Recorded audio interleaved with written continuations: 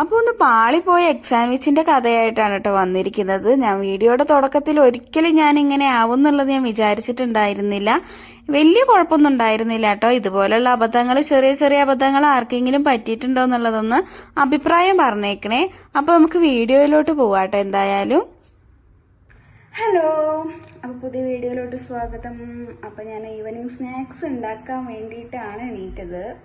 Evening snacks പറഞ്ഞാൽ മുന്നത്തെ വീഡിയോയിൽ പറഞ്ഞിട്ടുണ്ടായിരുന്നു നല്ല അടിപൊളി ബ്രെഡ് ഇട്ടിട്ടുണ്ട്, അപ്പം നല്ല സ്നാക്സ് ഒക്കെ ഉണ്ടാക്കാൻ പറ്റിയതാണെന്ന്.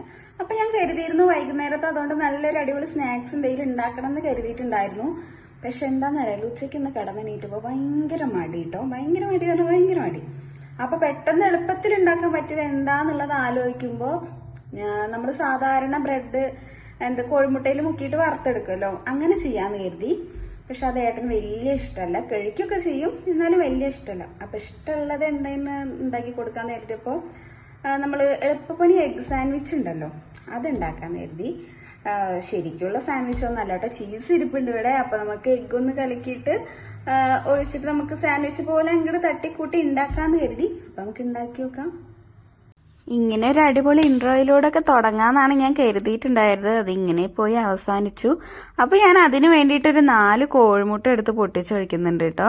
പിന്നെ അതിൽ വെജിറ്റബിൾസ് ആയിട്ട് തക്കാളി, പച്ചമുളക്, ഒരു സവാളയും കൂടി അരിഞ്ഞു വെച്ചിട്ടുണ്ട്.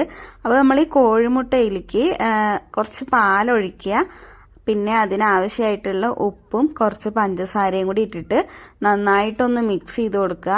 അത് നന്നായി മിക്സ് ചെയ്തതിന് ശേഷം നമ്മൾ അരിഞ്ഞു വെച്ചിട്ടുള്ള സവാളയും തക്കാളിയും പച്ചമുളകും കൂടി അതിലോട്ട് ഇട്ടിട്ട് അതും കൂടി ഒന്ന് നന്നായിട്ട് മിക്സ് ചെയ്ത് വെക്കുക. അതിനുശേഷം അത് ഉണ്ടാക്കാൻ വേണ്ടിയിട്ട് ചട്ടി വെച്ചു. ചട്ടിയിൽ എണ്ണ ഒഴിച്ചതിന് ശേഷം എണ്ണ ഒന്ന് ചൂടായി വരുമ്പോൾ നമ്മൾ ഈ കോഴിമുട്ട കലക്കിയത് നമ്മൾ അതിലേക്കൊന്ന് ഒഴിച്ചതിന് ശേഷം 2 ബ്രെഡ് എടുത്തിട്ട് അതിൻ്റെ മുകളിലേക്ക് വെച്ചിട്ട് ഒന്ന് മുക്കിയിട്ടൊന്ന് മറച്ചിട്ട് കൊടുക്കുക. പിന്നെ ഇങ്ങനെ കോഴിമുട്ട ഇട്ട് ഇങ്ങനെ മറയ്ക്കാൻ വേണ്ടി രണ്ടും കൂടി ഇങ്ങനെ മറയ്ക്കാൻ വേണ്ടി നോക്കുമ്പോഴാണ് കോഴിമുട്ട പൊട്ടി പോരുകയാണ് കേട്ടോ.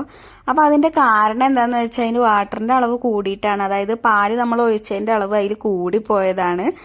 എന്നാലും കുഴപ്പമുണ്ടായിരുന്നില്ല. അതിൻ്റെ ഇടയിൽ ചീസൊക്കെ വെച്ച് ഉണ്ടാക്കി കഴിഞ്ഞപ്പോഴേക്കും ടേസ്റ്റ് അടിപൊളിയായിരുന്നു കേട്ടോ. ടേസ്റ്റൊക്കെ നല്ല ടേസ്റ്റ് ഉണ്ടായിരുന്നു. പക്ഷേ അതൊന്നും നമുക്ക് കറക്റ്റ് ടെക്സ്ചർ ആയിട്ടാണ്ട് കിട്ടിയില്ല.